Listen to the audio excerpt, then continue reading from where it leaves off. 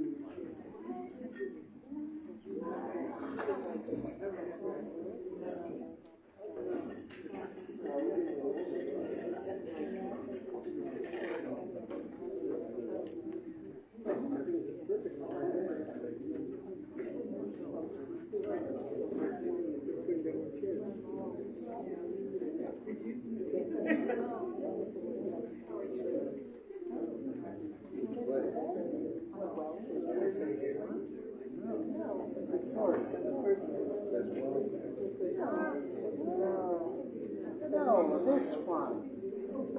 Above. Oh, Joyce. Yeah. Joyce Johansson. Yeah.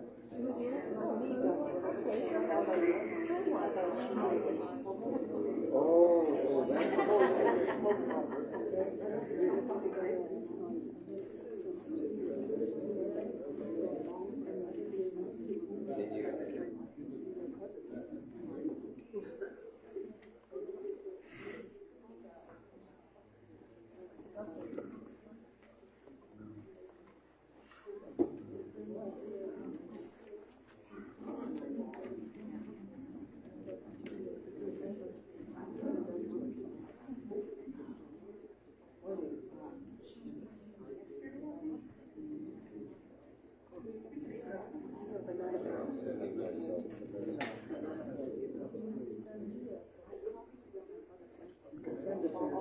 We're just doing that. This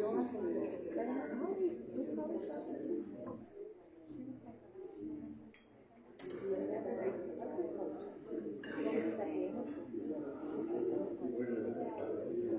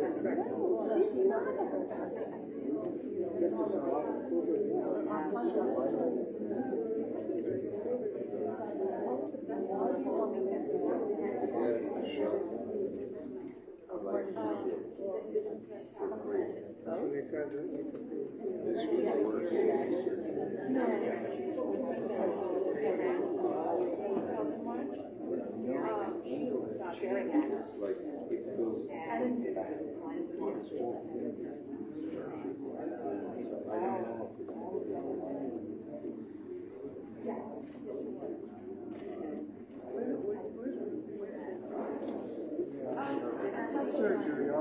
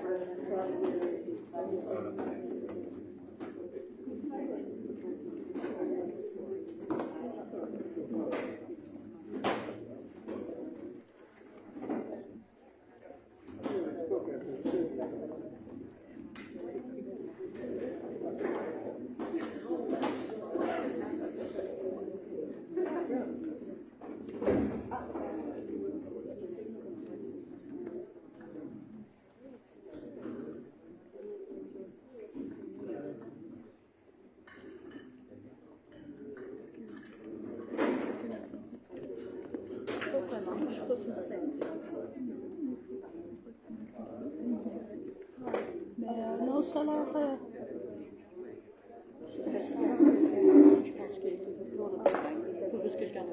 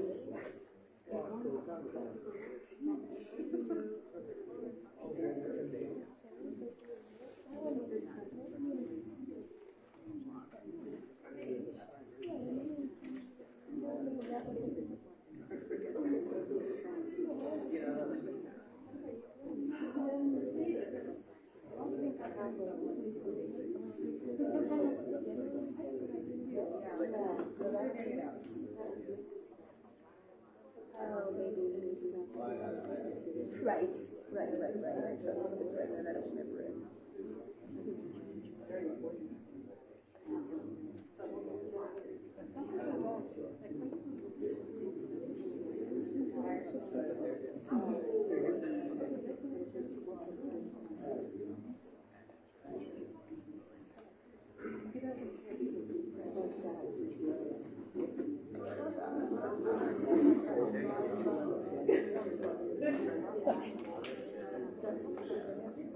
Started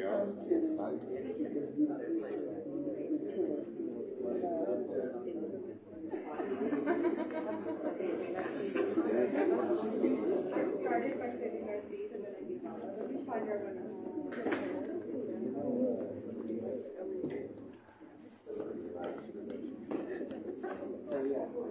Depends on the climate.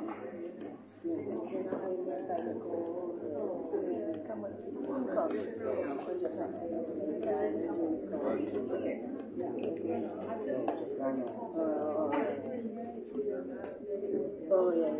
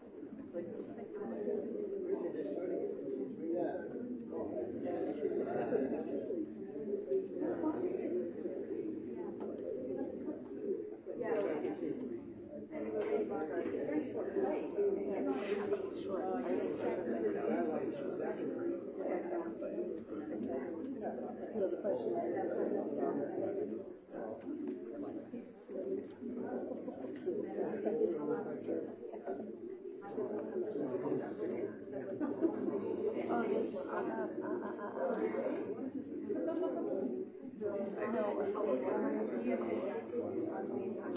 B.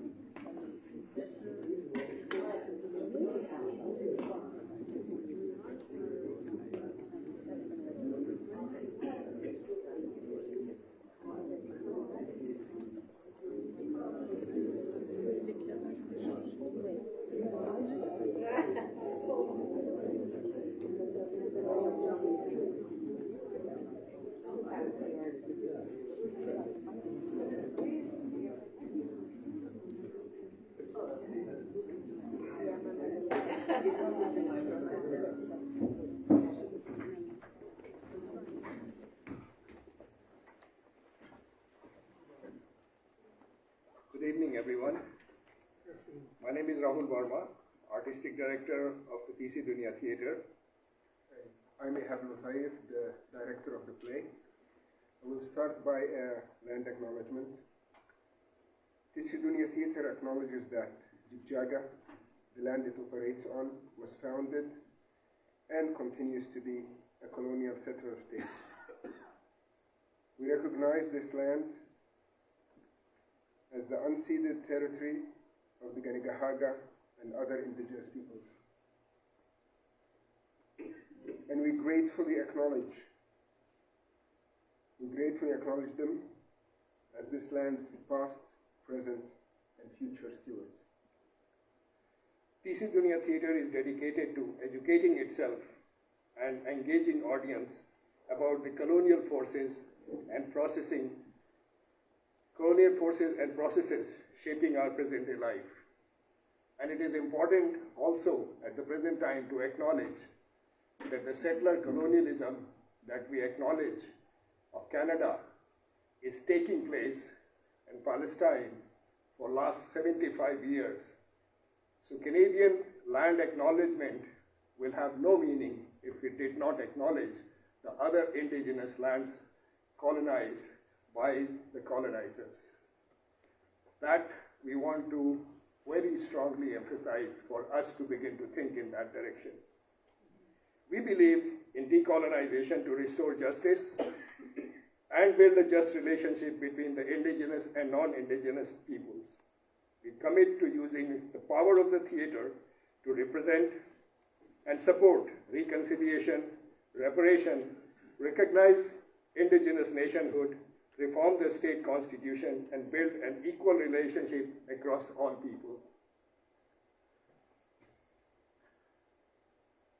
Would like to say, enjoy the play, but we can't say this in these days. We'd say, engage with the play. The play is followed by a discussion panel that, in our opinion, is as important as watching the reading or attending the reading itself. So, without further ado, let's start.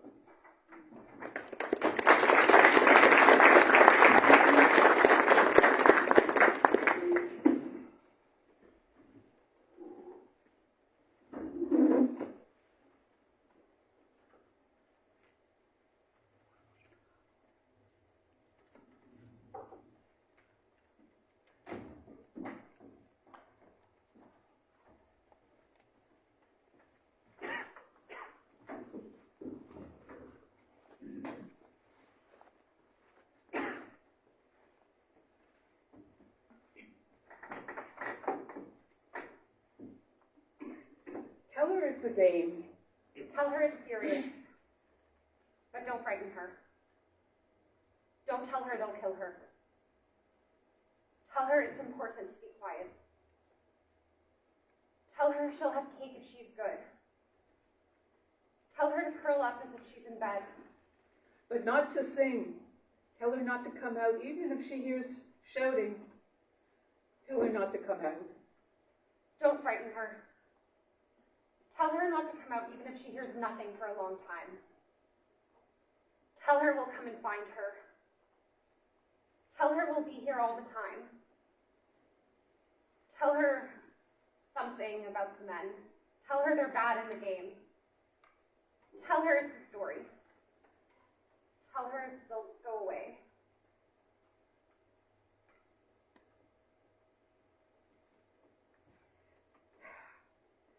Tell her she can make them go away if she keeps still by magic, but not to sing.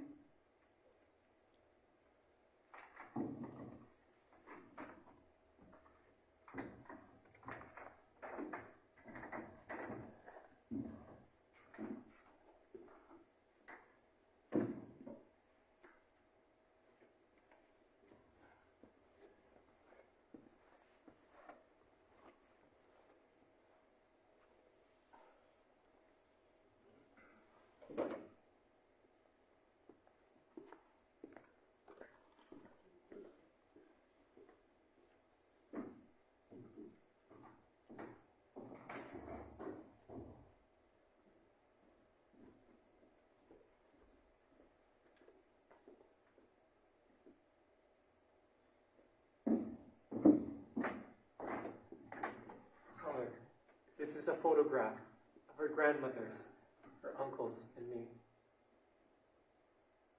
Tell her her uncles died. Don't tell her they were killed. Tell her they were killed. Don't frighten her. Tell her her grandmother was clever. Don't tell her what they did. Tell her she was brave. Tell her she taught me how to make cakes. Don't tell her what they did. But tell her something. Tell her more when she's older. Tell her there were people who hated Jews. Don't tell her that. Tell her it's over now. Tell her there are still people who hate Jews. Tell her there are people who love Jews. Don't tell her to think Jews or not Jews. Tell her more when she's older. Tell her how many. She's older. Tell her it was before she was born, and that she's not in danger. Don't tell her there's any question of danger. Tell her we love her. Tell her dead or alive, her family all love her.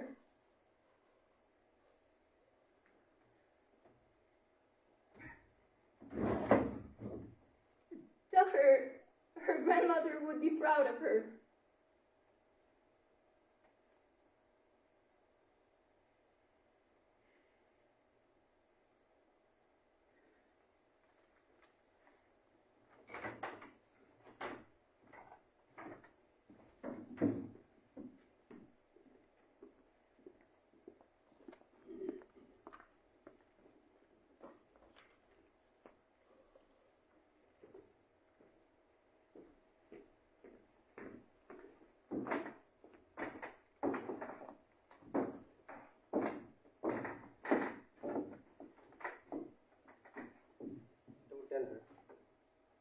Don't tell her we're going forever. Tell her she can write to her friends. Maybe tell her her friends can come and visit. Tell her it's going to be sunny there. Tell her we're going home. Tell her it's the land God gave us. Don't tell her religion. Tell her her lots of great-granddad lived there. Don't tell her he was driven out. Tell her. Of course, tell her. Tell her everyone was driven out and that the country is waiting for us to come home. Don't tell her she doesn't belong here. Tell her, of course she likes it here, but she will like it there even more. Tell her it's an adventure. Tell her no one will tease her. Tell her she can take her toys. Tell her she will make friends. Tell her she can take all her toys. Don't tell her. Don't tell her she can take all her toys. Tell her she's a special girl. Tell her. Tell her about Jerusalem.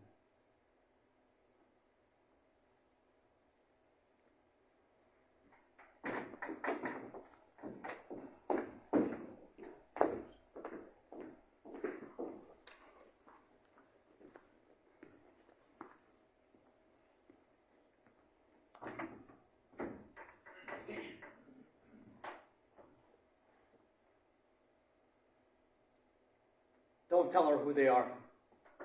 Tell her something. Tell her they're Bedouin. They travel about. Tell her about camels and dates. Tell her they used to live in tents. Tell her this wasn't their home. Don't tell her home, not home. Don't tell her they're going away. Don't tell her that they don't like her. Tell her to be careful. Don't tell her you used to live in this house. No, but don't tell her her great-great-grandfather used to live in this house. No, but don't tell her Arabs used to sleep in her bedroom. Tell her not to be rude to them. Tell her not to be frightened. Don't tell her she can't play with the children. Don't tell her she can bring them in this house. Tell her they have plenty of friends and family. Tell her for miles and miles all around they have land of their own. Tell her again, this is our promised land.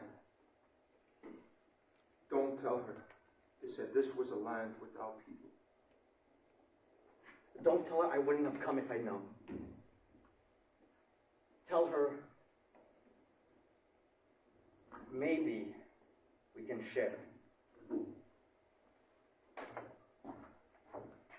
Don't tell her that.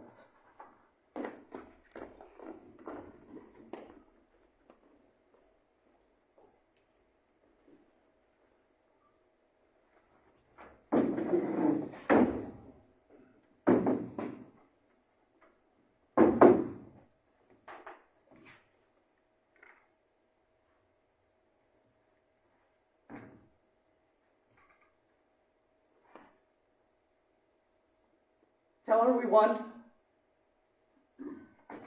Tell her her brother's a hero. Tell her how big their armies were. Tell her we turned them back. Tell her we're fighters. Tell her we've got new land.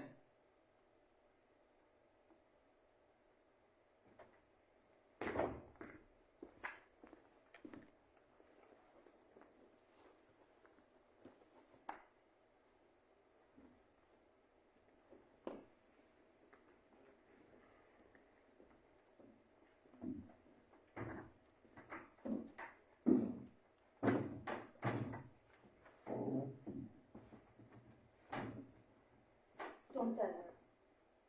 Don't tell her about the trouble with the swimming pool. Tell her it's our water. It's our right. Tell her it's not the water for their land. Don't tell her anything about the water. Don't tell her about the bulldozer. Don't tell her not to look at the bulldozer. Don't tell her it was knocking the house down. Tell her it's a building site. Don't tell her anything about the bulldozer. Don't tell her there are queues at the checkpoint. Tell her we'll be there in no time. Don't tell her anything she doesn't ask. Don't tell her the boy was shot. Don't tell her anything. Tell her we're building new farms in the desert. Don't tell her anything about the olive fields. Tell her we're building new towns in the wilderness. Don't tell her they're throw bombs. They throw stones. Don't. Just tell her they're not much good against tanks. Don't tell her that. Don't tell her they set off bombs in cafes. Tell her. Tell her they set off bombs in cafes. Tell her to be careful. Don't frighten her. Tell her we need the wall to keep us safe. Tell her they want to drive us into the sea. Tell her they don't. Tell her they want to drive us into the sea. Tell her we kill far more of them. Don't tell her that. Don't frighten her.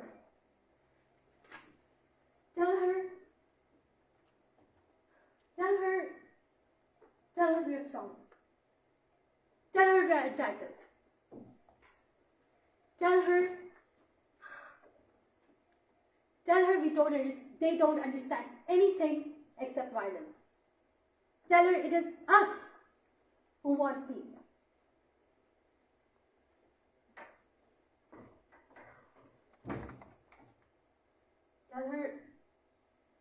Tell her we're going swimming.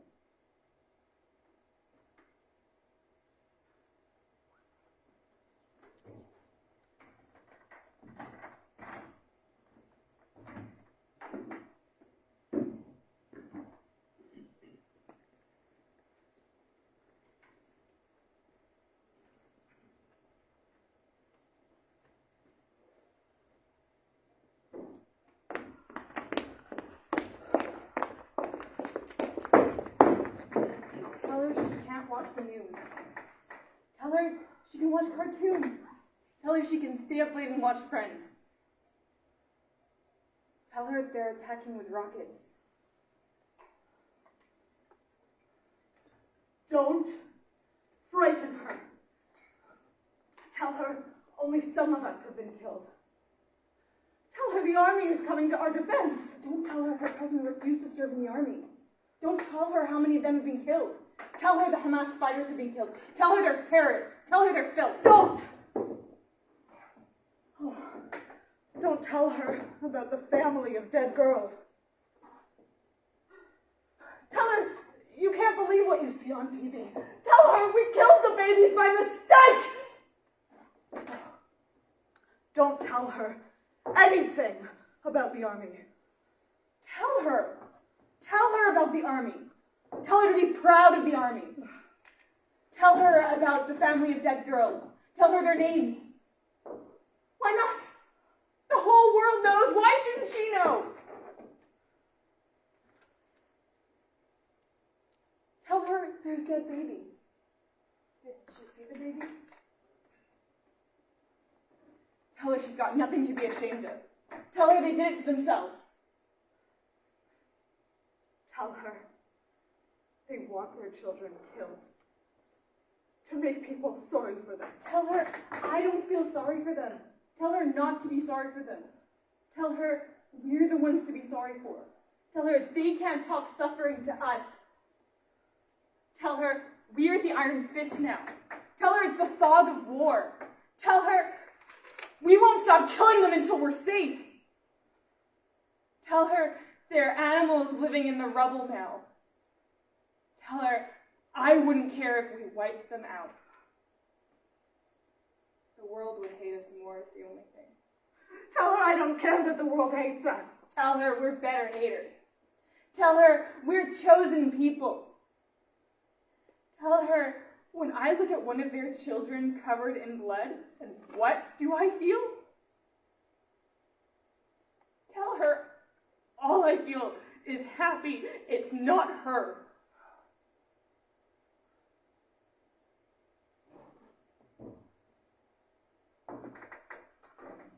Don't tell her that. Tell her we love her. Don't frighten her.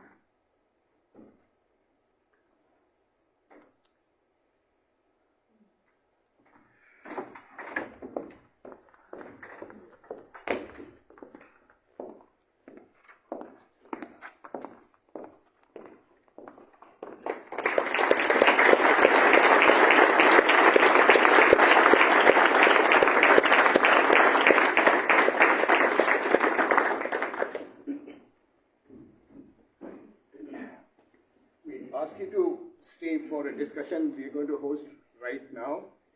And while you stay here for the discussion, a couple of simple announcements. We are collecting some donations that will go to the medical aid to the children in Palestine. So feel free to donate anything. And there is, what is that thing, Fred? QR code. A QR code. A QR code that leads to their GoFundMe. That is saying so.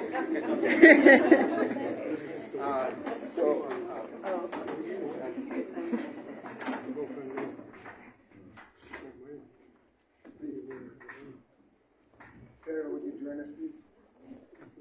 So we're going to have a discussion between us and you, or we all have a discussion together.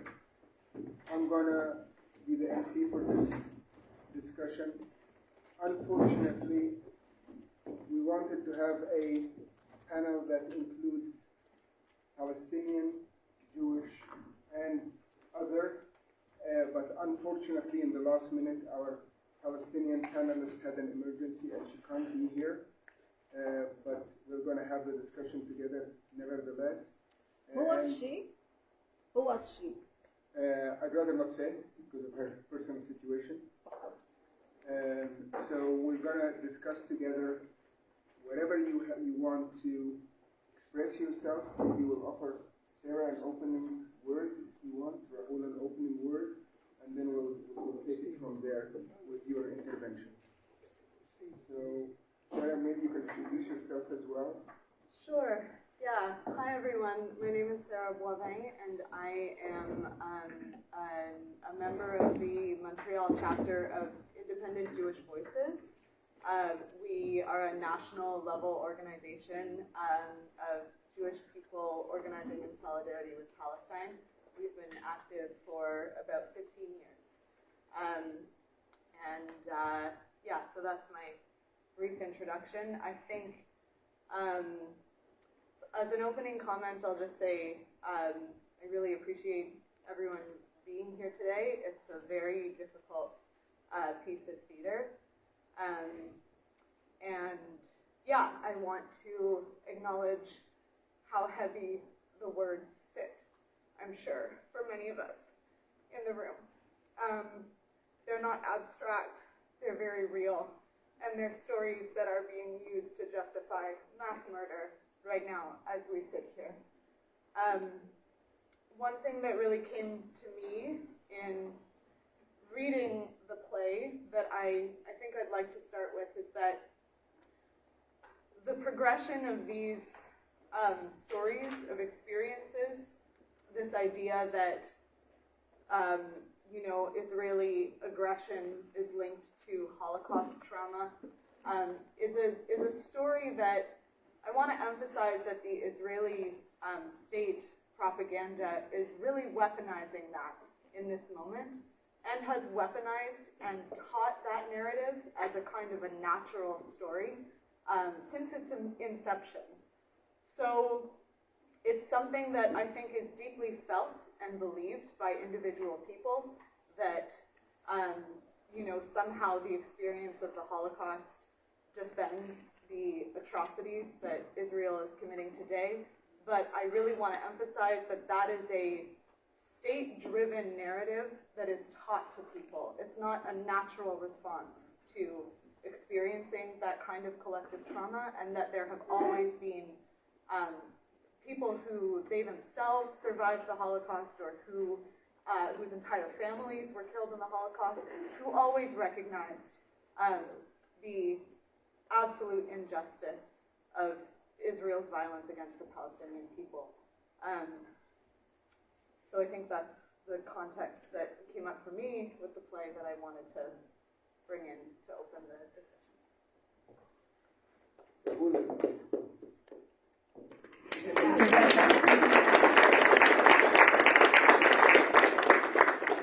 Rahul, maybe you can start and tell us, as artistic director of Teesri Duniya Theatre, why did you want to choose this play to be produced now, and what's the history of the play with the theatre company?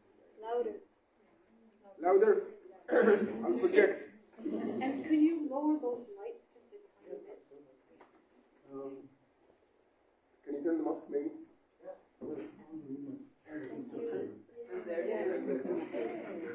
So I was asking Rahul to include in his introduction why, as artistic director of Teesri Duniya Theatre, he proposed or suggested that this play be produced at this point in time, and what is the history of Teesri Duniya Theatre with this play, because there is a history with this play. Please.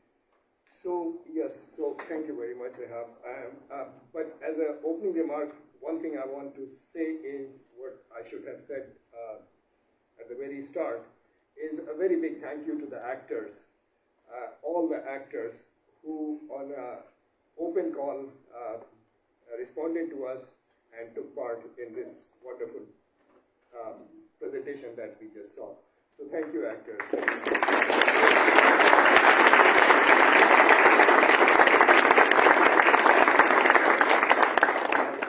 And it's important to acknowledge that actors from the community actor, any combination you say, they do these presentations not necessarily because they are professional, but they are passionate about what they are doing. And that we saw very powerfully. That said, I think that this is the second time we are doing this production.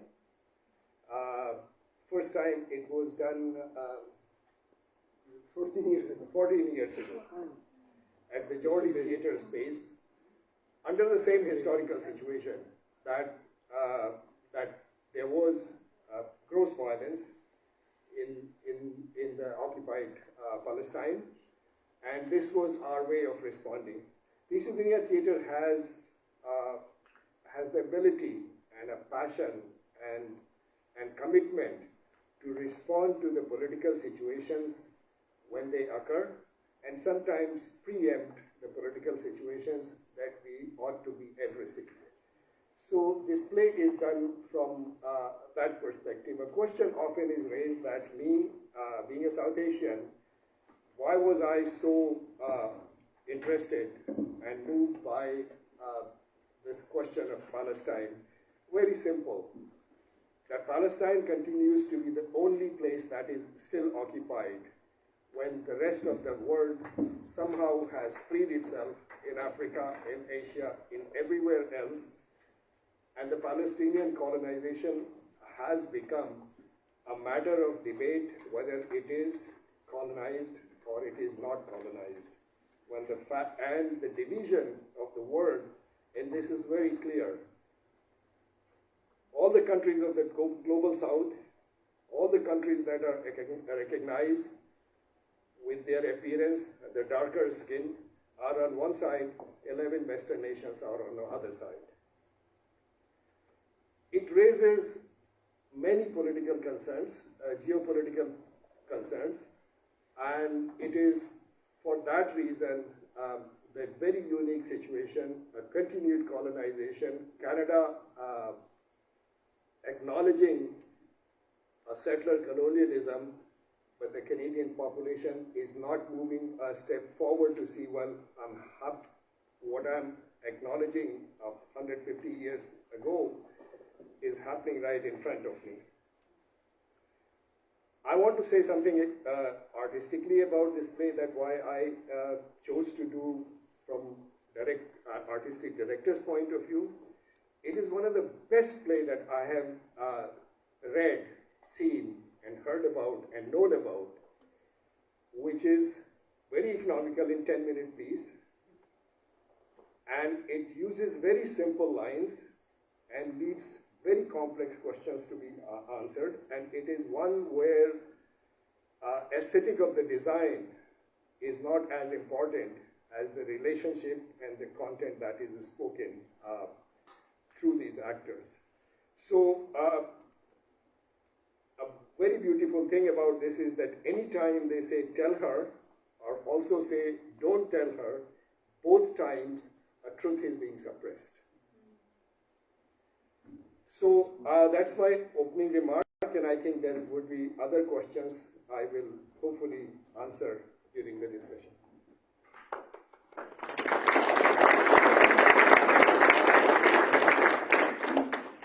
So Rahul stole a bit of my thunder because I wanted to acknowledge the readers one by one, actually, because they job. And in addition to that, I had a lot of pleasure working with them as director because of their energy, their belief in what they were doing, and I think me and Freda can say that we were old farts and they were young energy, and that was great.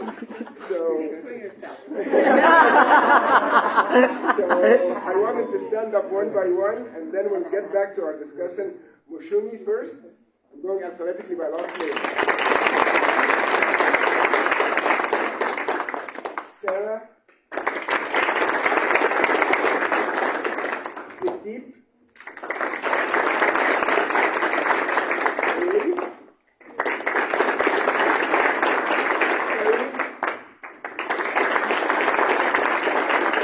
Young Freda. Tamsin. Dona-Bella. Bryan.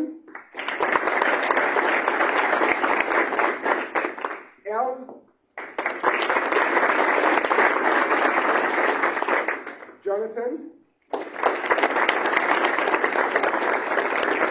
And Corbeau.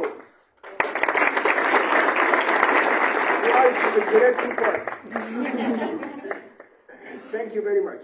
Now, really, the floor is open to you. I would echo what Rahul said about the play and how the play very simply and very smoothly, organically takes you through a journey that shows how, in my own words, not in anybody else's words, but how the oppressed becomes oppressor and becomes convinced about that role, that it is self-defense. And in this time that we keep hearing the right of self-defense used for nothing but violation and genocide, we cannot stay quiet, and we cannot do anything less than showing such a play. So please, the floor is yours. Just be mindful of the time. We want a real dialogue, and those who will not speak at the beginning will regret it at the end because they will see that there's no more time left. So please, we've all been there. We've all been there. So please, who wants to comment, ask a question, anything you want?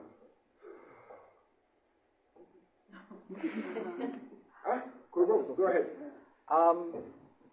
Just as a first starter, there's a lot of talk about different ways to help because we live in such a connected world. There's so many ways that we can help, but it's also difficult to find ways that effect is felt apart from donations and that kind of stuff. And I'm wondering if there's anything that you guys think would be a great starting point for giving as much support to Palestine apart from producing these kind of plays which acknowledge the reality of the situation. Is it a need to build empathy between the two communities? Is it something else? What do you guys feel is a best first step into that direction of getting both Israel and Palestine to understand that they're just continuing the cycle of colonization?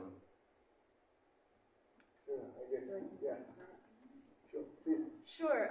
So, yeah, I think in my mind over the last 6 weeks, I have conceived of the urgent on-the-ground work that we're doing as a chapter locally in 2 ways. The first one is pressuring politicians for a ceasefire. I think right now anything that you can do in that regard is immensely helpful. We're seeing even Trudeau and Biden have to start softening their language, coming under the ire of Netanyahu on Twitter. Like they are having to bow to pressure, and we just need to keep it up. So that can be a letter, that can be a phone call, that can be an email, that can be getting a bunch of people together for a little gathering to all send emails. That truly does have a huge impact. I think right now Trudeau can't so much as pick up a spoon to have dinner, and he's like yelled at about a ceasefire, which is great. This is what we want. So I think the political pressure is huge, and then I think the second piece is building relationships. So I have found locally it's been such an honor to organize much more closely as our little Independent Jewish Voices chapter with all kinds of different groups in the city. Of course, primarily Palestinian organizers, Palestinian artists, as well as queer groups and all kinds of different political organizations. So it's been a real joy to build those connections, and I think that it has made us stronger. It has made our work stronger. So I think that kind of feeds into the education piece that you're talking about as well, about like these kinds of dialogues, and really, I mean, speech and showing up in the streets are both very much under attack right now. People are getting arrested for saying "from the river to the sea." Film screenings are getting canceled. People are being fired from their jobs. So it really does matter to continue having these conversations. And then also we've seen all of the threats that have come up sort of cyclically in Quebec about making it illegal to gather for Palestine, as we saw happen in France and Germany. So it very much is a situation of use it or lose it with these civil rights right now. So I think all of that makes a really big difference. So I just might like to just add to what Sarah just said. See, there is something that I want to comment on is the harmony between the two people. Now, you see, we are at a stage where we often talk about, can two people come together? Well, we have, this is 2023. It is known, it's natural to assume that people will have to get along with each other. That's what, the organized democracy and all those things that we have established. The fact that we have to always say underscores a difficulty that lives behind it. I do want to say that there are two things going on, the humanitarian pause and the complete ceasefire. I want to go a step beyond that. Yeah, I completely argue about the complete ceasefire. I hope the Trudeau and Biden's and a few of the other leaders of the Western world accept that. And there would be a ceasefire. Demolition will continue. Dispossession will continue. The bulldozing will continue. That also has to stop. So we need to go to the root cause of it. And the root cause is Palestine has to be free. And once Palestine is free, then it can have an equal relationship with Israel, one-to-one as equal. But the condition is Palestine has to be free.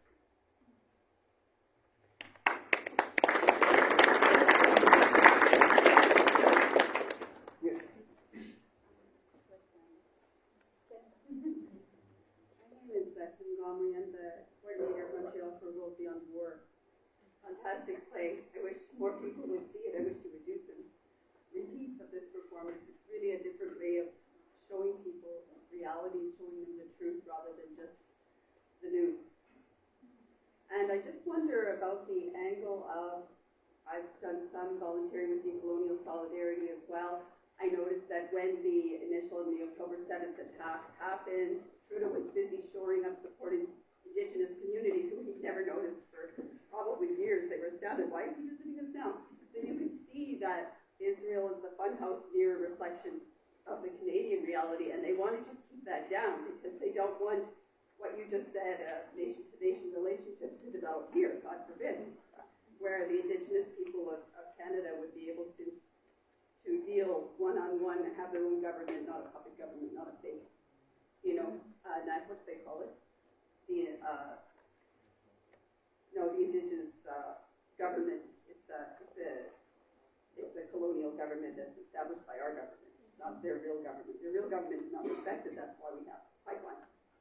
Anyway, I wonder if we should play up and make those connections for people so that we kind of hold Trudeau to account, because his undying loyalty to Israel doesn't have a lot to do with Israel or even Judaism.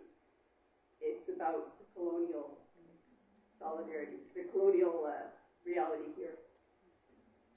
So I wonder what we could do about that, if it's worth chasing after that.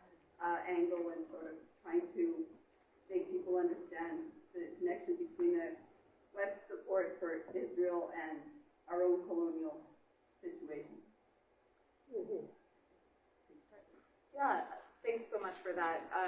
I think, I mean, at least to me in my organizing and solidarity work for Palestine, it completely came out of Indigenous solidarity work here. And it was my understanding that we are on occupied territory here, really. And I understand the contextual difference you're pulling out there in the way that you framed it, but we are on occupied territory here. So that was really what allowed me conceptually to understand the settler colonial context in Palestine. So absolutely, I do think in terms of bringing about the larger consciousness shift that you're also speaking to and getting people from ceasefire to end the occupation and to liberation, I do think that the settler colonial analysis and understanding is essential to that. And I think that this moment is probably very unsettling for people who want to see land back as a just sort of like easy reconciliation kind of direction movement. Like, I think when we talk about land back here, this is really like bringing land back to the forefront of these colonial and anti-colonial conversations, right? I think that they are difficult conversations, and necessarily so, and I think that's really where we're seeing so much of the backlash come up against from the river to the sea, for example, right? That people can't make that leap to understand what liberation for all peoples in a territory could actually look like. So they're much bigger conversations, and I think it's difficult in this moment where the need for a ceasefire and to push for a ceasefire is so urgent to hold that whole conversation and to try and bring people along on you know, in parallel. So yeah, I don't know if that was particularly useful, but absolutely I'd say it's essential, and I'm not really sure how to hold all of that at once in this urgent moment. So for me,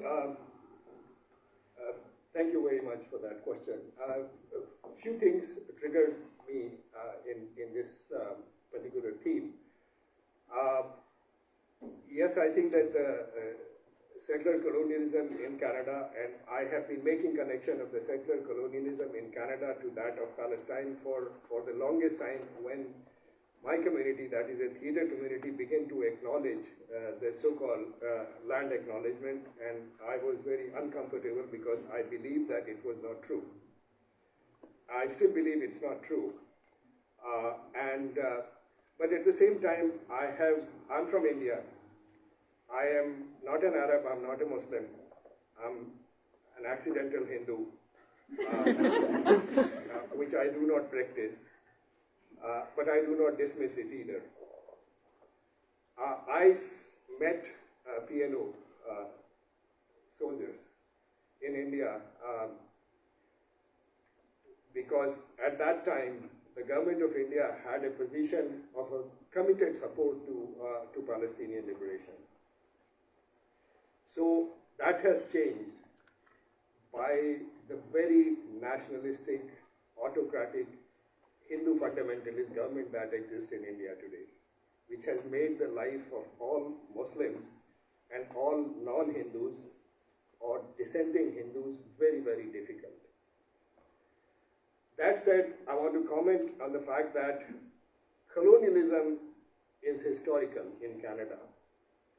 Canada created a constitution in which it declared itself that it's a country founded by those two founding fathers, and laid down a constitution, and there it does not say that we actually colonized. So in order to undo this, in order to decolonize, they have to undo something, and they just do not know what to undo because they are benefactors of the colonization. Therefore, the words that are used in reconciliation, no, it is insufficient.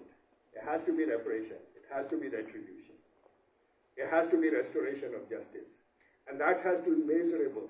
And if it cannot measure the retribution, the reparation, the loss that has been incurred, the acknowledgement will remain an acknowledgement. And that is so it just goes back to the same thing that let's be truthful to the decolonization, and in concrete terms, decolonization means a true sharing in Canada of the resources and the land and everything, and complete freedom of Palestine in the land it is. Thank you. Can I just have one more thing? You can. Just very quickly to say, as you know, that we're seeing so much Indigenous leadership here in terms of Palestine solidarity work. So that's where I turn to as well. I'm going to add something. I'll give you the word, but I wanted to add something about what Corbeau said, the question Corbeau said, because I think it's very important and it's key about where we are right now in tackling the issue of the genocide that's happening in Gaza right now and our inability to act. The Canadian society is getting forced to be stuck in the issue of Hamas as a terrorist organization. And that is stifling the true discussion that if it wasn't Hamas, it would have been other factions from Palestine that would have raised arms because the situation is unattainable. And if we can't break out the discussion from that point, then we will, read some articles that come up in the National Post or whatever. They get us stuck into this point and the reader doesn't know where to go after that. We need to break free from that. Consider Hamas terrorist by law, don't consider it terrorist by law. That is not the issue. The issue is that a people, like the Palestinian people, in the Gaza and the West Bank, but more so in Gaza because of the horrible conditions that they're living in, are bound to find a way to react. And they will not just stay quiet for decades and decades, and you will not ever bomb people into submission. And that's why I think Israel right now doesn't want to bomb them into submission anymore. It wants to deport them, because it realized that bombing them into submission is not working. So if we want to have, I know it's a very difficult discussion. I'm happy I'm saying this on Facebook Live because there is nothing to hide here. The point is that it is not encouraging terrorism to say that these acts of violence, whatever you want to categorize them, are coming from a people that are pushed into desperation. And as long as they're pushed into desperation, violence will happen. Explosions will happen. If we expect otherwise, then we are thinking in an unhuman, unlogical way. Put any people in the same place, the same thing is going to happen. It's not a matter of religion, it's not a matter of ethnicity, it's not a matter of anything. It's a matter of oppression. So, if we want to do something, we need to be able to open this difficult discussion on that front. In addition to what Sim said, that the Canadian government, if it exposes itself about Indigenous rights in Palestine, it's going to also expose itself about Indigenous rights in Canada, which it doesn't want to open up. And this is another layer of why this difficulty is happening and why we are not helping achieve peace between the two peoples. And since I'm talking about that, I'll add one more thing because it's very important. As somebody who's been fighting against Islamophobia and Arabphobia and all that for years, I also want to insist that we have to fight against anti-Semitism as well. So people have to feel safe in this city, in this country, all around the world as civilian population. It's not either or, it's both. We need to be able to find a way to achieve both. And only then, maybe, large factions from the Jewish community would realize, and I know that the difficulties that people in independent Jewish voices and others who have conscience face within their own community, which is extremely difficult. But only then maybe breakthroughs would happen. And I'm hearing from people who are much more hardline pro-Israel against what happened on October 7th and still silent till today.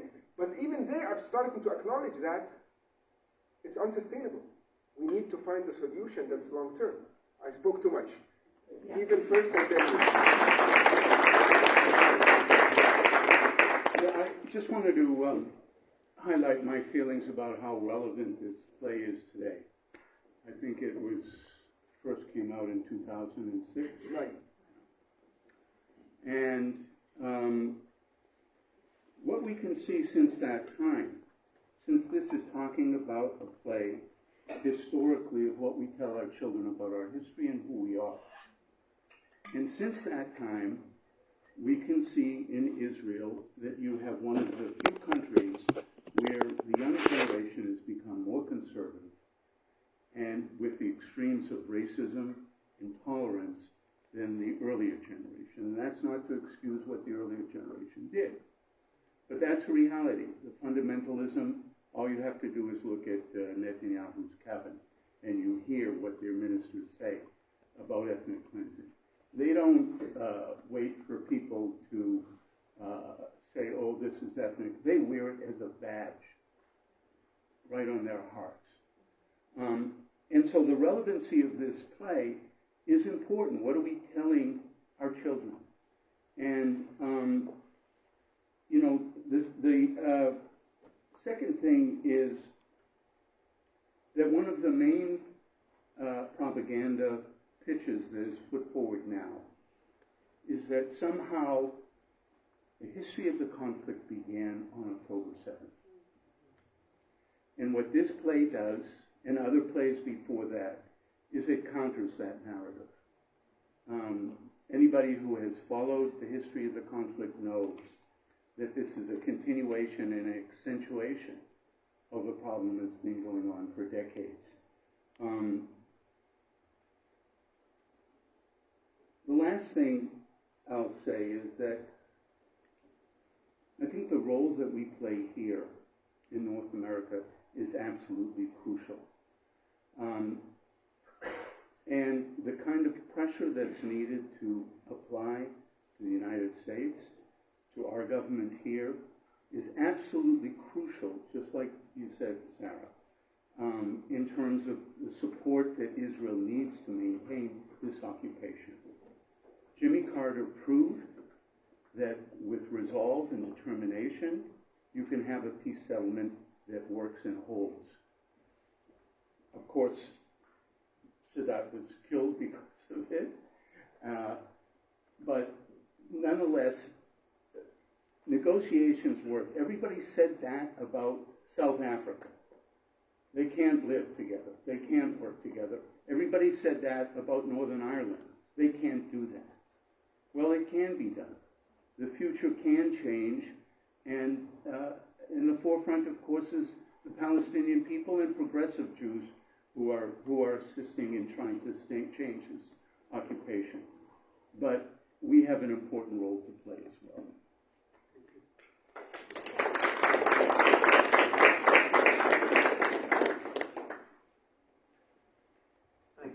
Thank you for the production.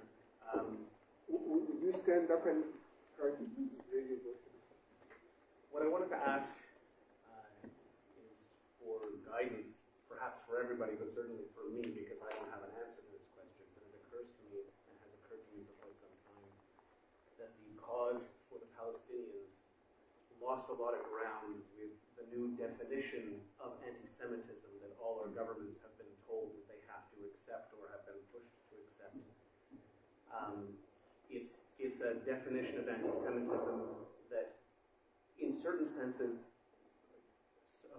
it puts pressure on the Jewish population, regardless of their political feelings or their thoughts on the whole Israel-Palestine situation. It makes them responsible for what Israel does, in certain senses, the way the definition is laid out in terms of the explanations that are laid out. Schindler's List is one of the most important movies that was ever made, in my opinion, but when I watched the first 30 minutes of that movie, I think that it's a very easy comparison to what is going on in Palestine in terms of dispossession of land, told where they can and cannot live, killed indiscriminately, etc., etc. But to compare what is happening in Israel to that time and the Holocaust is, by definition, according to it is an act of anti-Semitism, which makes me a raging anti-Semite, which I don't feel at all. And I know that our Jewish population, much of them within their own echo chamber, feel fear because of what's going on. They actually do feel fear from these, reasonable or not, there is an echo chamber that happens. So how do we help reach out to a Jewish community, and I would say, Sarah, you're probably the best place to do that, to allow them to know that the Zionist lobby does not have to be the body that speaks for them, that they do not have to accept that they are represented by this body that is having so much influence in our political system and on our politicians.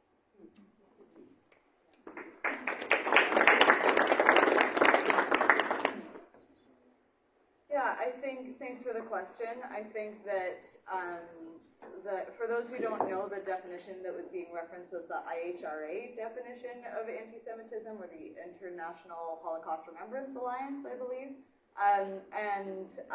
That is a lot of the sort of behind-the-scenes work that IJV has been doing, Independent Jewish Voices has been doing here over the last several years to basically challenge the IHRA being implemented at whatever political level it's brought in at, and it's been brought in from everywhere to provincial governments to school boards. They're trying to get this passed.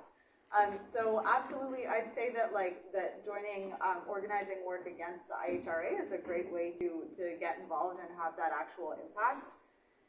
In terms of how to speak to the broader Jewish community in this moment, or even, I'd say liberal Zionists are typically who I would think of as people who are deeply concerned about violence, but not necessarily making the connection to occupation, for example.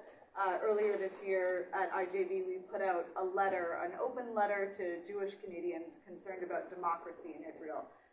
For folks who follow this closely, you'll know that the current Israeli government came into power in January and is, as you spoke to, the most outwardly fascist government that Israel has ever seen. And there were huge uprisings in Israel in response to the perceived threat to Israeli democracy. And in this letter, we really tried to reach out to people who were concerned about Israeli democracy to help them make that connection that you can't have democracy in part of the territory when you have military occupation in the other.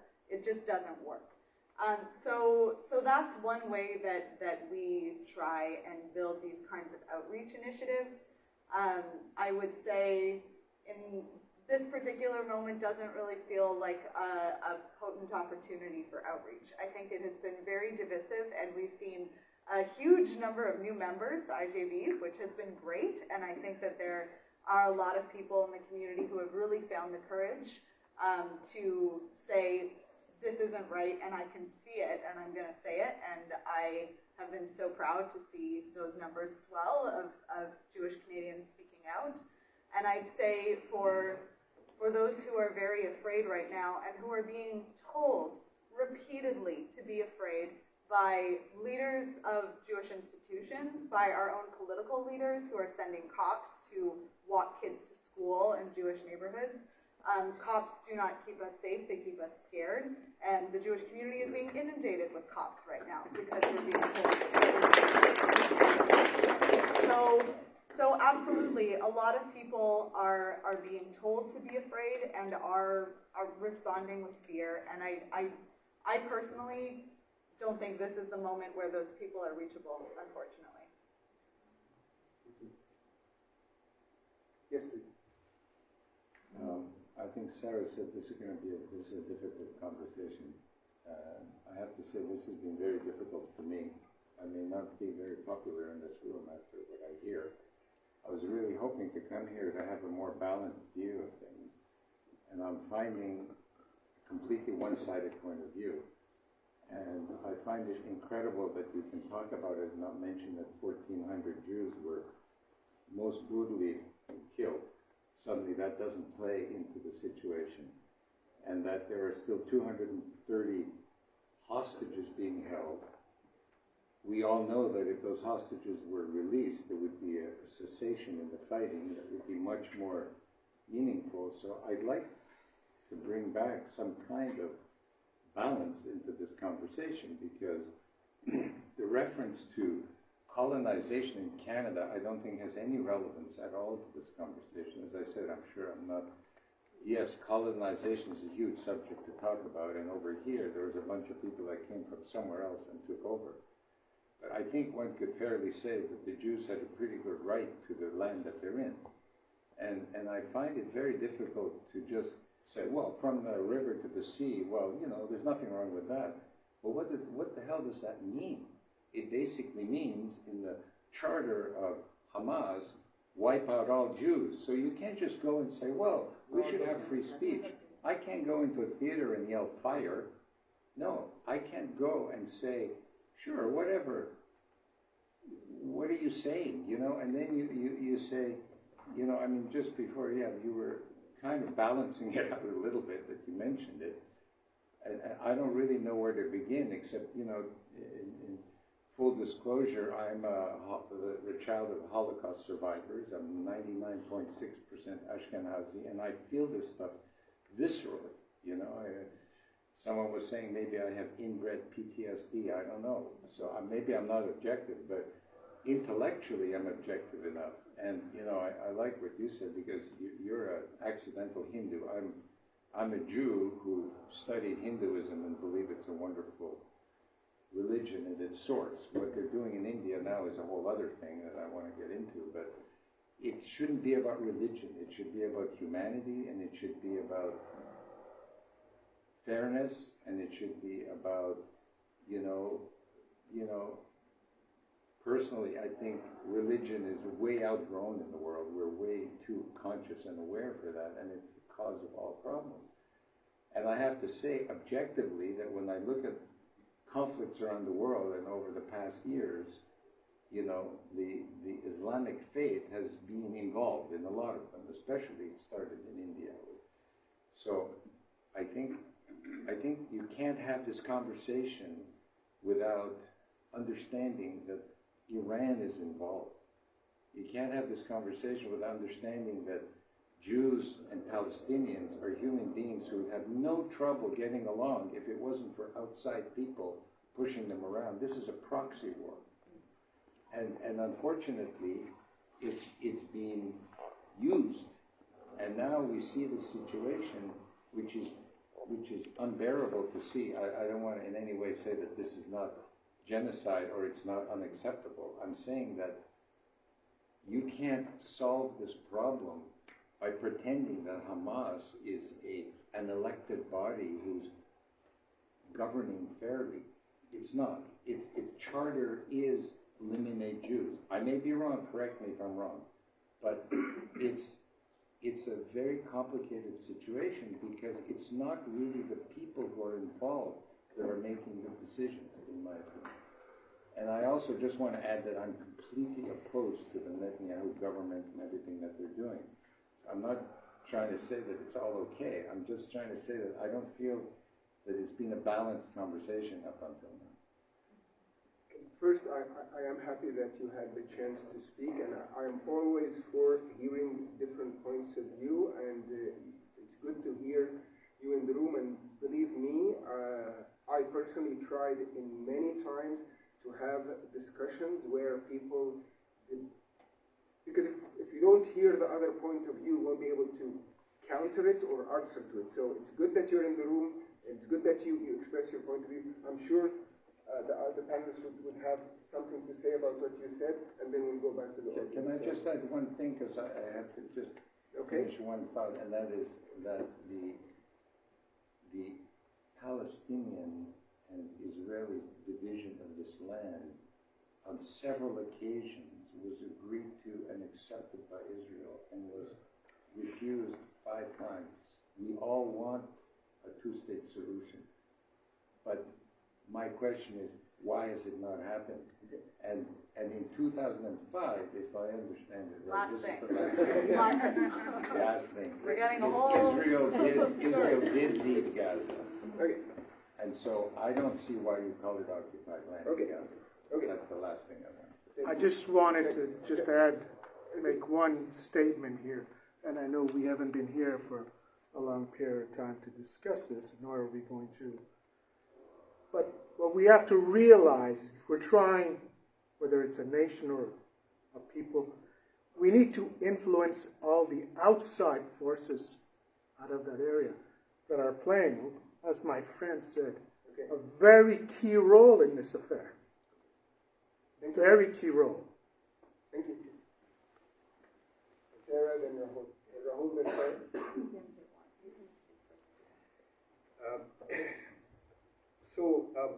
I respect your question.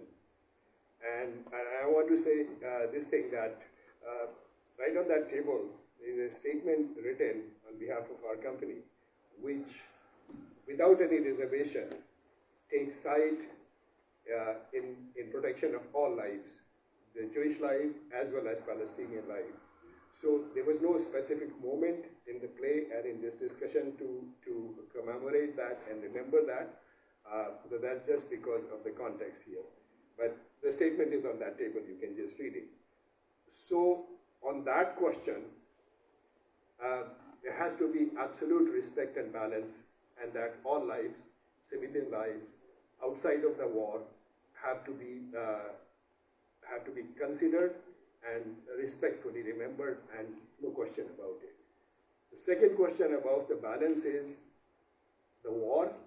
Well, there it's a matter of taking sides. That's not a matter of balance. That's a matter of restoring justice, which is a wrong side, which is a right side. Issue is Hamas that is to me, Hamas is not as much of an issue. Palestine is an issue. And Hamas happens to come into a picture and a non-ideological answer that I could provide to you is that Hamas were killed even before Hamas was born. They're going to be demolished and killed if Hamas is totally decimated. We need to remember that, because Hamas does some kind of a disservice to the Palestinian, because it becomes an excuse for the West to continue to support the wrong side. And we cannot use this notion of security and in the interest of the security and the defense of Israel as a reason to do everything bad that we talked about here. You talked about the two-state solution. You see, that's what I said. You cannot have this two-state solution if you do not acknowledge the Palestinian state. So we continue to talk about one state and say, well, we're talking about the two-state solution. It's not possible. You have to make acknowledge that Palestine has to be free. Palestine has to accept being free. Well, they were fighting for it. Okay. Yeah, I'll just briefly say I also appreciate that you're here and appreciate your question. It was delivered much more respectfully than many questions I've gotten from people much closer to me in my life over the last 6 weeks. And I really appreciate that you are asking questions about why things don't make sense. Why is there not peace if Israel has supported all these really fair options? Why has these I think these questions that you're asking speak to the narratives that we're exploring in the play that don't make sense because they don't accurately represent Israel's agency and Israel's choices in oppressing and occupying the Palestinian people. So I'd encourage you to keep asking the questions, and that hopefully that will lead to a shift where things will start to make sense, because really once we fully appreciate Israel's agency in this situation and that it is committing genocide and that there is a purpose to that, it is trying to push Gazans out or kill them in order to seize the land, and the government is being very explicit that this is the goal that it's doing. And so I encourage you to keep asking those questions, and I think it will bring more clarity. I think his question was not answered, though. No, I didn't. Thank you. Yeah, so his question is not answered. I think that's an important point that you bring about, that yes, so many Jewish people have, been killed. I would like to ask ourselves a question as a community, is that there have been millions of Palestinians also through years being killed. This particular incident highlighted the Jewish people actually being killed as well as the children. And I think that's what makes me feel really sad, is that we're not able to go beyond the fact that there are states only. They are human beings first. I would like to actually just say that, even I completely do not condone what Hamas has done or what the IDF has been doing ever. However, people are losing their lives, and that is what is really sad for me. I think that's what we need to address, is that, and it actually ends up being one group of people. What is actually also sad is how the West has also dealt with this situation. That makes me very sad. Is once more a particular life which is not white has not got any support. Well, you could say the same thing about the Ukraine. Absolutely. The rest of the world hasn't reacted. Absolutely. I think that's where we need to address ourselves as human beings. It's like, where are we headed? We are not able to see ourselves as human beings. He is actually saying that he's an accidental Hindu, and we can all be. We're actually accidental. I could have been born in an Israeli Jewish family, and that's fine.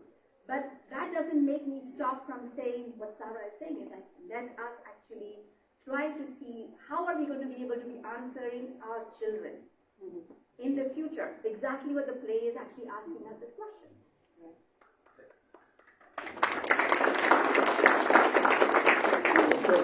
I'd like to hear other voices that haven't spoken. If there are any, going once, going twice. Sim, you can go again. I just want to raise one point that nobody has raised, and that is the issue of international law. There was recently on Twitter a woman affiliated with the UN, she's a lawyer, a specialist on international law, pointed out that first of all, it's an illegal occupation under international law. Second of all, international law also states that an occupied people have the right to take up arms against the occupier. So given that context, and in that context, Israel is the terrorist, and the Palestinians are defending themselves, and they have the legal right to defend themselves. Israel is and not that is occupying the Gaza. situation. So in my way, looking at it from a legal point of view only, which is our way of trying to apply our moral sense, our sense of moral rightness to our global community. That's the situation. There's an illegal occupation. People legally, in their rights, rose up against that illegal occupation, and now they're being genocided, which is also illegal, and crimes against humanity are being committed.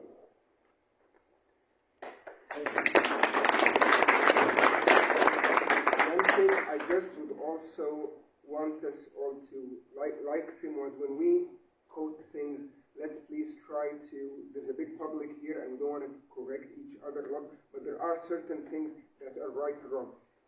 Like, for example, the question of is Israel occupying Gaza? I think this question was settled many years ago. The question of the Hamas Charter, this was settled many years ago. So it doesn't help us all to keep repeating things that have been exposed already, because that only deepens the rift and increases the hatred, and for no result. So please let us look at these things a bit more like scientifically, academically, because there are things that are facts on the facts on the reality. I can give you another chance, but let me hear to Donna. Yes, since we're talking about like humanity and facts and numbers, it's important to say that within a month, more than 11,000 Palestinians have been killed. Half of them are children. My question is, does a massacre justify another massacre? If we're talking about humans. And I think that was what Sim answered very, very, very clearly already. Absolutely.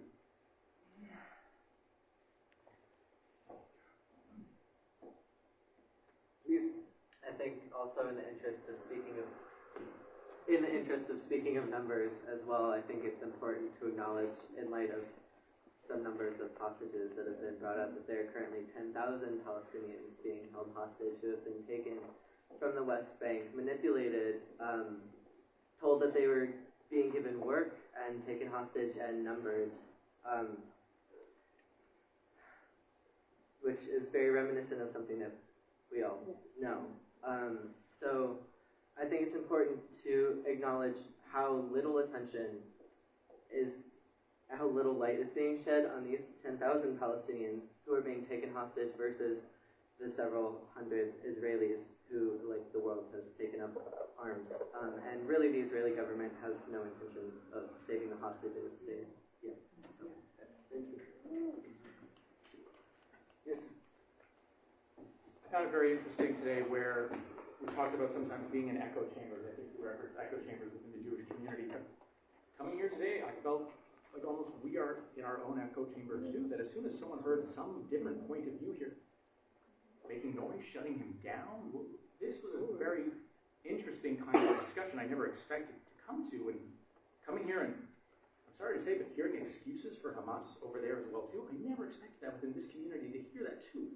And as someone who's worked with Palestinians in the West Bank, they would be abhorred by, they would be disgusted by that idea of hearing that, and working with Arab Israelis and Palestinians within the state of Israel who have said they want nothing to do with that, they want to disassociate themselves with that. I'm very much shocked by this community that I thought was very progressive and open to a lot of understanding, but as soon as we hear someone we disagree with, we want to cut them out, we want to disengage with them. I think we're in our own echo chamber at the same time too, and that has taken me back by sort of saying, if we're coming together and we really want to take the steps, I think we have to really accept the fact that we may not agree with what you're saying, we may think you're different, but if we're coming from those kind of angles of excusing what Hamas has done, which Palestinians are trying desperately to sort of say, we do not want to be associated with this organization within Israel and in the West Bank, people that I've worked with in hand, working with Israeli and Palestinian kids together, this would be completely abhorrent to them.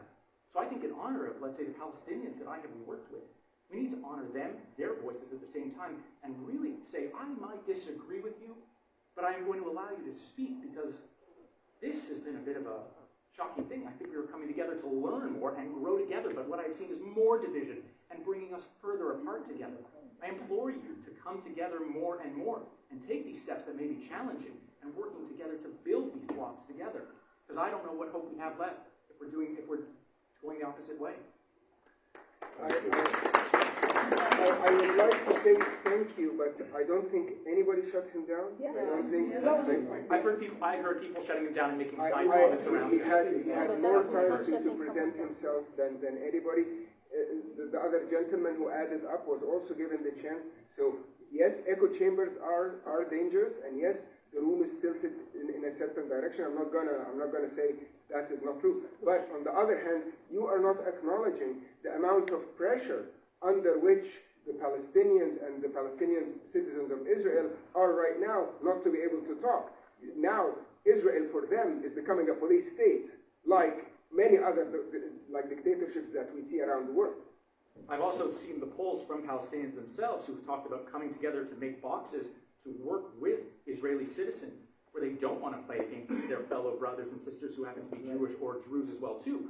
So I can completely acknowledge that there's pressure, that they do not want discrimination, that they do not want violence brought upon them by the Israeli state. But at the same time, they are building bridges within those communities, and they are packaging food, they are shipping boxes, they are trying to work together. So yes, there can be very much truth that they are worried. Of course, discrimination within that state exists, but at the same time, they are citizens who want to work together with their brothers and sisters. They're second-class citizens. Yeah. We can't pretend they have the same rights as Israeli citizens. So they have the right to vote. There's a Supreme Court judge who is an Arab citizen, who is Palestinian too. I think he found one of the prime ministers guilty, who was a Jewish prime minister. This Palestinian citizen found them guilty. There is discrimination, 100%, under the eyes of the law within the state of Israel, not including the West Bank or Gaza, but they are citizens under the eyes of the law. They don't have the right to vote for the Knesset. They do. No, they vote for the Knesset. No, there's an Islamist party in Israel. They vote for the Knesset, but there are many laws that discriminate against them. Is it Who's Mansour Abbas? Mansour Abbas, who works in the Israeli parliament, who works for an Arab Islamist party, is one of the bravest people in Israel right now. He is fighting for his community, his Palestinian community within the state of Israel. He is under threat from both the Israeli right and the left at the same time, too. Can I ask you a question? Could we take one more comment and then we can keep that for a second? Please. Hello, my name is Anthony. I am born in Colombia, but I have Palestinian descent from Bethlehem, Christian Palestinian. I can talk, really. I can talk, but what I can say is that it's very heavy, and I understand lives, Jewish or Palestinian, they always matter. And what I really want to hear is that Palestinian lives matter because there's so many dead people, and there's nothing to help those that are still alive, you know? Yeah. And it's difficult for me to talk about. I just don't want to hear more conflict happening in this room. Because for me it's difficult just to hear that conflict. And I'm studying theater right now.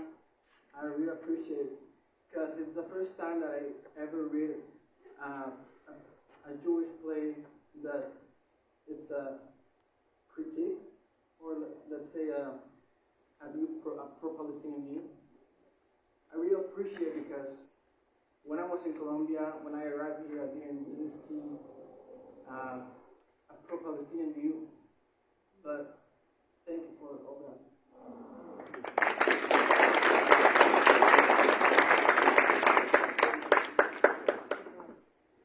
Just one point. First of all, I just want to reassert that no discussion was suppressed. And the second thing is, we are making no excuse for Hamas. We are saying Hamas is being used as an excuse to deflect the question of Palestine. That is the point we are trying to make. We don't support the terrorism, but we need to understand really what the terrorism is and who is the terrorist. And in my opinion, if I have not said it very clearly, I think Israeli state is a terrorist state. Under Netanyahu was a fascist. Yeah.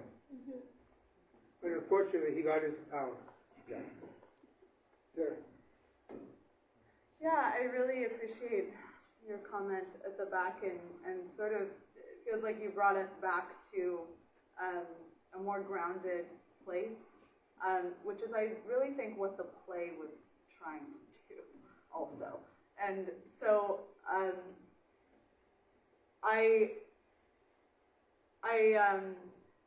it's a really hard moment to try and have a dialogue when Palestinian people are being so deeply dehumanized, like you speak to, and that Palestinian death is not being recognized. And I just think about how much is being asked to even engage in this kind of intellectualizing back and forth of this conversation. It's so harmful when the real baseline that is not being understood across Canada, and I think we can say across the Western world, is the value of Palestinian lives. And that is why we are focusing our conversation there today. And I think that is what the play is trying to call attention to how a state made up of a people who have experienced such extreme dehumanization can then serve that out onto other people. And so that's why that is the focus of our conversation today. Thank you.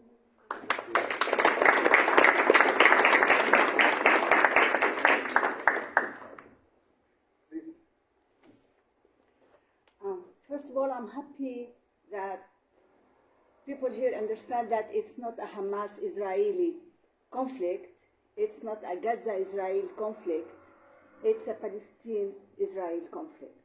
So it's not just Gaza that is occupied. That said, My friend here said something about Iran being part of the conflict and supporting. I don't like to say Hamas because it's not a Hamas issue, okay? It's Palestinian people, let's say, and excuse my accent. Who is nobody helping Israel? Isn't the United States standing with Israel? What is the proportion of Iran helping Palestinians and the Western countries helping Israel? It's big. I have one more comment that has nothing to do with this. I'm very happy that it's for the first time in 75 years that people around the world are starting to realize and to speak up and to find out what is right and what is wrong. Because people have always been listening to just one side of media all over the world, and the other sound was always oppressed. Now there is two sounds. Two people are talking, and people are standing to understand what's really going on.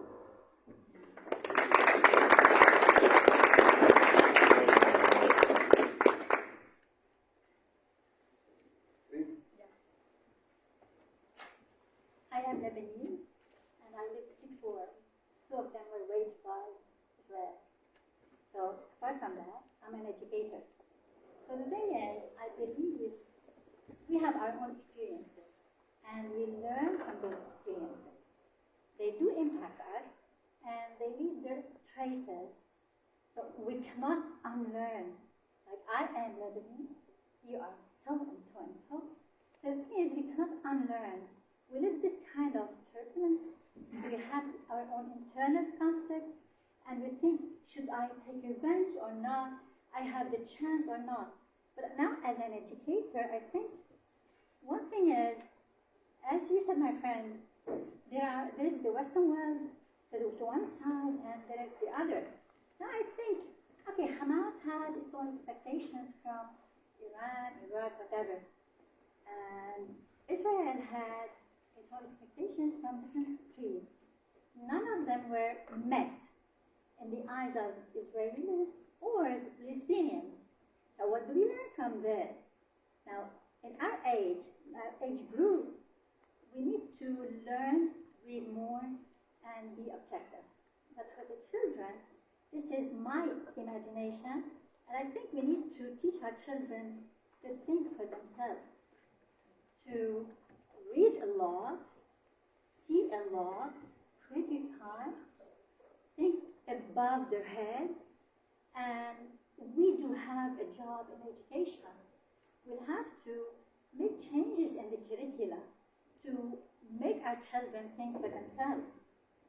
And I don't know what's your opinion, but I think education plays a big role here. And parents, even if they're impacted by what's happening, even if they cannot unlearn the impact of that war on themselves, they'll have to be objective with their children. They need to tell them, think for yourself, expose them, tell them, this is a reading, this is a video, this is this and that, expose, and then come sit down with them, discuss the issue, and open their minds. That's how we reach a kind of agreement between the fighting parties, and we can reach a settlement. Otherwise, as I see it now, the war is going on, it will continue, and there's no end to that. We're in the tunnel where every side wants to get rid of the other because they don't see the end. They can't see it. That's it. I don't know what's your opinion.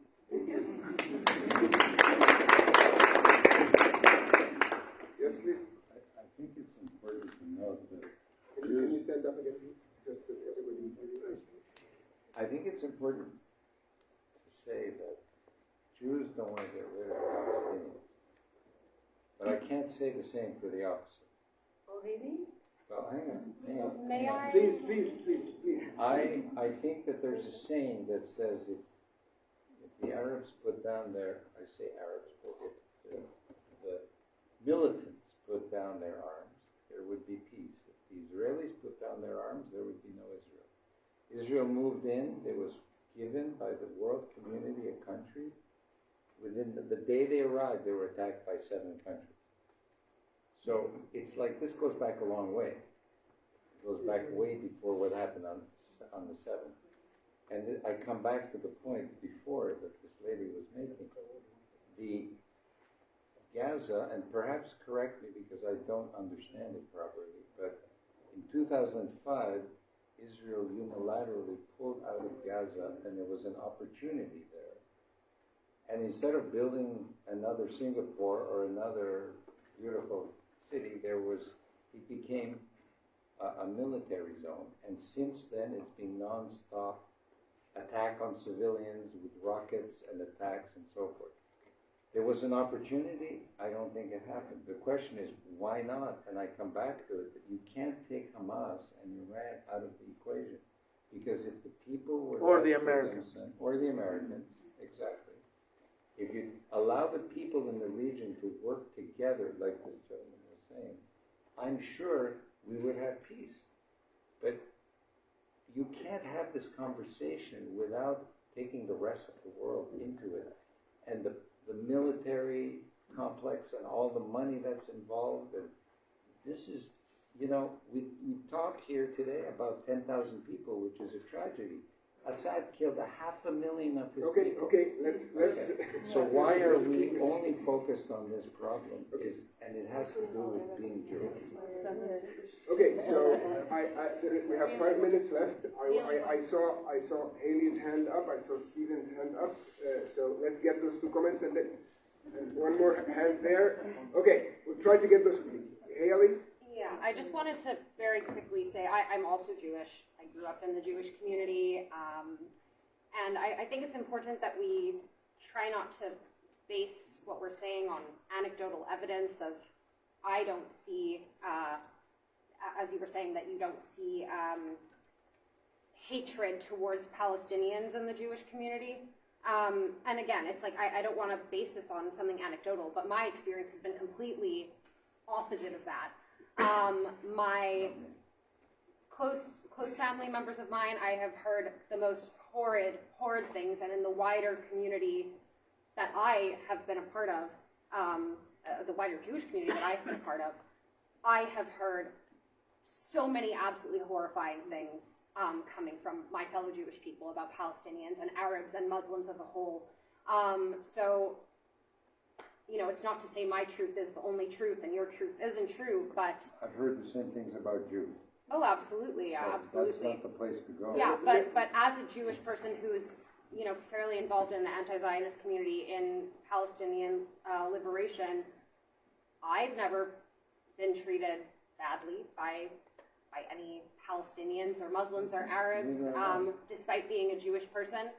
And I think that the problem is not, the problem people have is not with Jewish people.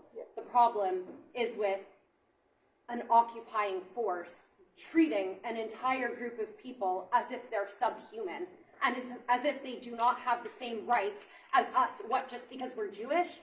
My grandfather was the sole survivor of his whole family to survive the Holocaust. And what I see being done to Palestinians is exactly what was done to my family. I don't excuse that. And I don't think that gives us a shield to hide behind, that we have the right to do that to another group of people. And you were talking about, the hostages and the Israelis who were murdered, and it's horrible. No humans should be dying. That's the first. Yeah, absolutely. But something I would really love to see more of in the Jewish community is, alongside the condemnation of Jewish hatred, why aren't we talking about Islamophobia and the horrible things being said about Palestinians, and why isn't that a prevalent part of the discussion? Why is it that we don't see that in Zionist communities? Why is there never any mention about the significantly higher number of Palestinians who are killed and hurt? And it's not to say that that Palestinians are more important, it's to say that both are important. And clearly, with how things are going right now, Jewish people aren't safe, Palestinian people aren't safe. Do you think honestly that? Please, let's stop the one time because there are many people who want to say a word. Thanks a lot, Hailey. Thank you very much, Stephen. I'm also Jewish, and I don't know if that's a compliment or not.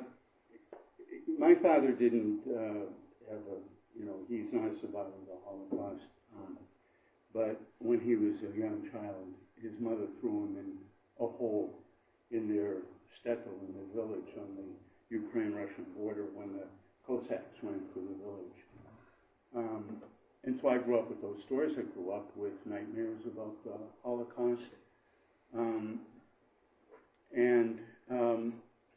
I was determined to do something about that. I'm a writer, I'm a playwright, and I co-edited with wonderful Palestinian playwright and poet Samas Abawi, double exposure plays of the Jewish and Palestinian diaspora, all diaspora plays. And I'm not trying to pitch this book or anything. I'm just trying to say that the problem isn't between Jewish people and Palestinian people. It's not. It's states that are creating policies of oppression, and when there's repression, there's resistance, and then there's retaliation, and this crisis, it just keeps repeating itself over and over and over again until there is a peace that is negotiated. And it comes to the main point I want to bring out is what you were saying about that Israel gave Hamas Gaza. Well, this was part of Sharon's policy of divide and rule. And it's something that Netanyahu has adopted. He's implemented it at the same time. And it's divide and rule. If we keep fundamentalists like Hamas in Gaza and we surround it, and we don't allow, both with Egypt and Israel on the northern border, you just encircle them. And so you contain them. Every time there's a little flare-up, the IDF responds tenfold to anything of a underground, raid. And so this is an actual policy of keeping Hamas there. Why? Because Netanyahu can say to the world, I have nobody to negotiate with. And at the same time, you've got the Palestinian Authority with all of its problems of corruption and many other issues, and also cooperating with Israel in security measures in the West Bank, so it gets demasculated. And so as long as you've got this division, the Western world says to Netanyahu, yeah, you've got nobody to negotiate with, so forget about negotiations, and that's been going on forever. Thank you.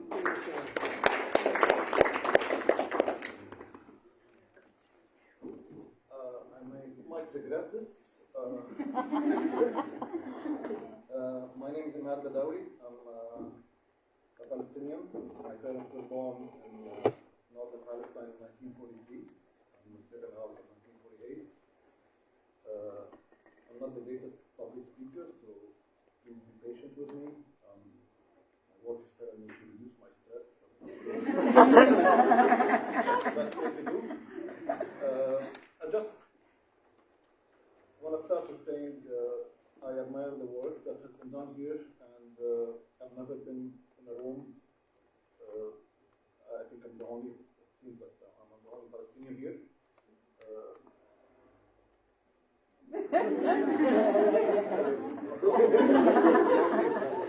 Big discrimination going on. Yeah. There has been a lot of talk about Hamas and Iran and all of these things, and I've been saying for many years that I don't like to talk about peace. I'd like to talk about justice, because once we have justice, we're going to have peace. In order to have both, I don't think we should be counting on Hamas or Iran or anyone. I think the biggest drivers of this are the Jewish community all around the world, especially in the US. If there's any justice that will come to the Palestinian people, it's going to come from them. I see the move, I've been to the demonstration yesterday, and I was surrounded by Jewish people. I don't think that was the case 5 or 10 years ago. Just to answer a couple of questions, the gentleman there mentioned from the river to the sea. I chanted that yesterday, and in no way me or any other Palestinian meant by it. I don't know what you said about it. It means no Jews. Sorry? It means no Jews in Israel. That's so then please explain what it means. It means that we want the right of return, and we want to live free on our land. If it's with Jews, that they're welcome. I don't know, I know hundreds of Palestinians. Like my family is hundreds of people, and I know other hundreds of people, his friends and acquaintances. I don't know a single one of them who hates Jews for being Jewish. What we hate is discrimination, racism, ethnic cleansing, but to live with Jews on one land in Palestine, that will be a dream come true. And I think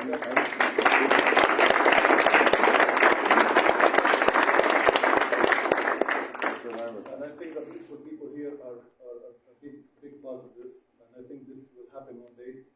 Sadly, it happens every time with more killings, but maybe not in the next 5 or 10 years, but it's going in the right direction.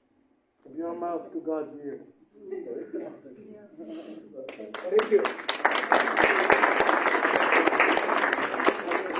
I'm going to take my watch. One last thing. Okay. Hamas. Hamas in peace times would not get the vote of even 5% of the Palestinians. The only reason Hamas has some support, a lot of support these days, is because of what's going on, because it's the only party that is representing resistance. I'm a Muslim, but also I'm an atheist. I identify as a Muslim. I still do. I would never live under Hamas, not a single day. The only reason Hamas, it's like the Muslim Brotherhood in Egypt. Like nobody wants to live under that. The only reason they have support is what's going on. Thank you.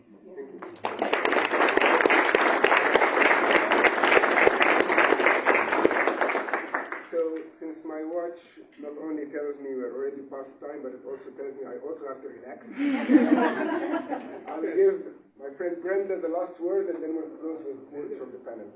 You want to say something? Yeah, hi everybody. Thank you so much. I just wanted to bring it back to this play. It's the first time I've seen it. I am Jewish as well. This play for me is so powerful because it comes from the heart. It approaches the heart. And the heart is something that we all share. And in my very humble opinion, I'm not going to get into talking about politics nor the military, but in my humble opinion, healing is what we need to talk about as well. Because we are sick with trauma, all of us. And what I see going on is trauma upon trauma upon trauma. And I really love this play for touching me so deeply. I cried throughout it. And I think that we need to spend more time in our own hearts. And we need to come back to our human morality, a sense of what is right and what is wrong, which goes beyond, so way beyond. Thank you. Good note to end.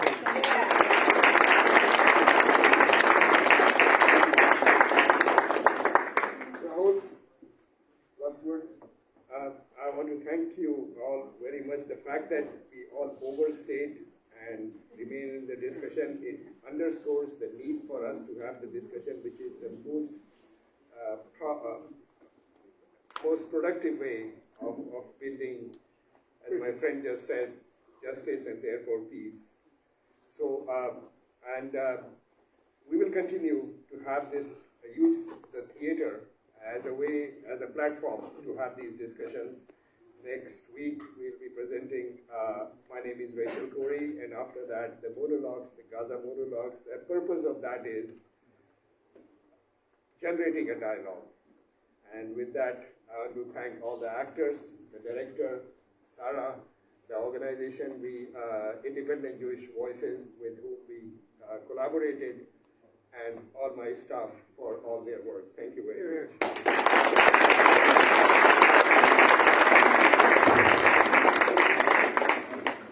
Yeah, I'll just say thank you for having me.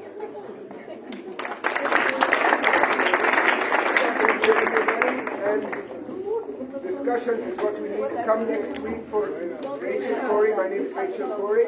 And thanks for Teesri Duniya and all their staff. And thank you all. Thank you.